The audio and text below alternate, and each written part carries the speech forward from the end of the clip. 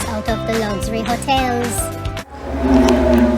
As some of you may not know, the Department of Homeless Services decided to place 13,000 homeless people in 139 luxury hotels across New York City because the homeless were not safe in the shelters as the C-19 was running rampant.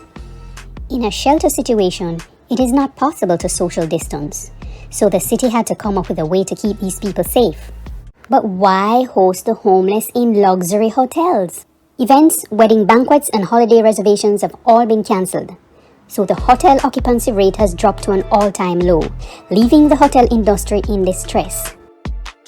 So who will be footing the bill?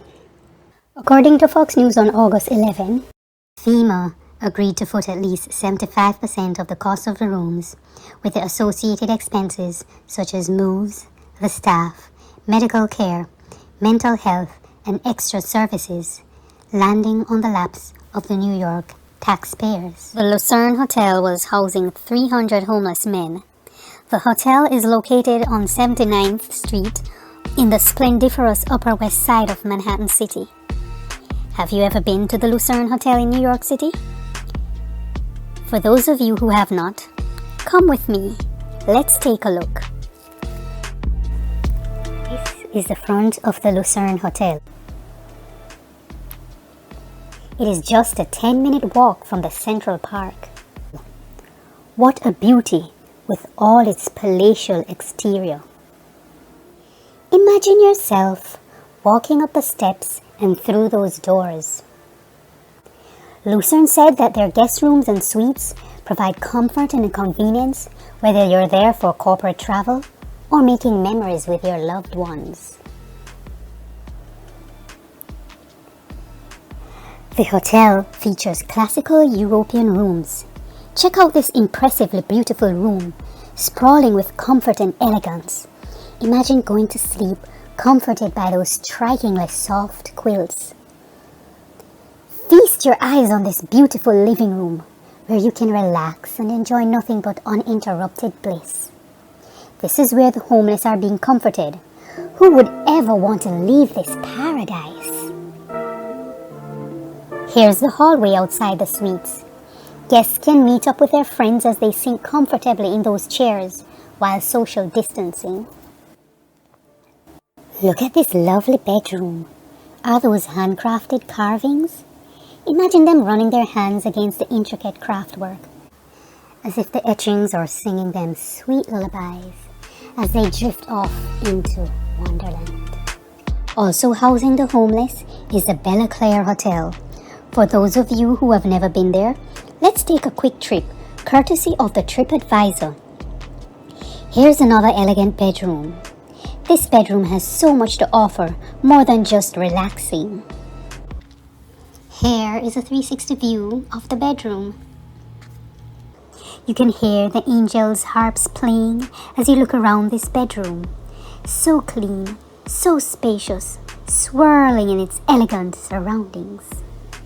And let us not forget the Belle Nord. Let's check out their bathroom. Look at all the creature comforts, the sanitized towels, the complimentary treats waiting for the guests. I'm pretty sure that they're provided with daily cleaning service, keeping the suites absolutely clean and spotless for their guests.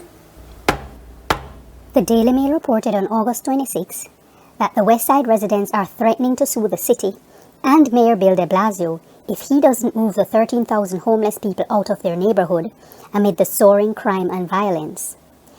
The area where these three luxury hotels are located, Lucerne, Belle Claire, and the Belle Nord, are seeing an uptick in crime. And the West Side Community Organization hired attorney Randy Maestro, who says a lawsuit could come soon if the mayor doesn't address the issue promptly.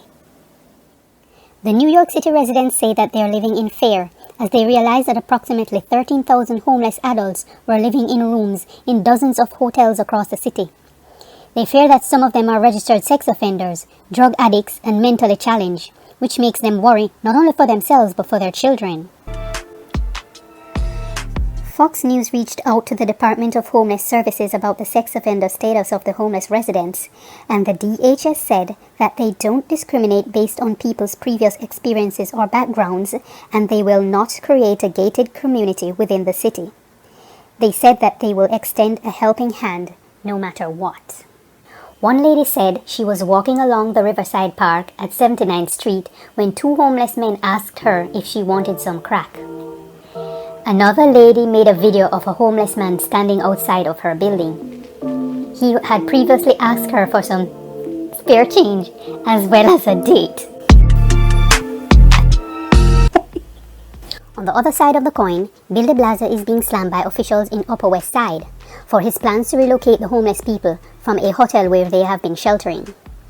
A New York City public advocate, Jermaine Williams, said the mayor should be ashamed of himself. Linda Rosenthal, a local assemblywoman, said, quote, "It is sad that in our neighborhood, a bastion of great privilege and of liberal family values, that the temporary presence of these homeless individuals who were moved here in the midst of a public health crisis of unprecedented proportions divided our community so intensely and caused some to respond with fear and anger."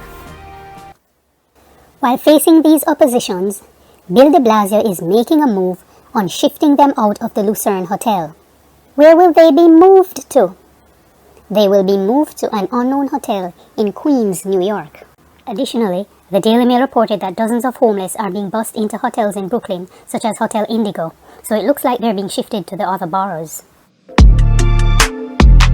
No one knows how long these homeless people will be living in the luxury hotels, just like no one knows the fate of the C-19 virus and how long it would last and if it will ever go away. One homeless person said that life inside the shelter is crazy. There are fights all the time, stealing, even murder. It's like living in a prison, and there are many people that are sleeping on cots in one room. That's why many of them prefer to sleep on the streets or in the subway. When one thinks of the homeless, they think of the typical dirty people.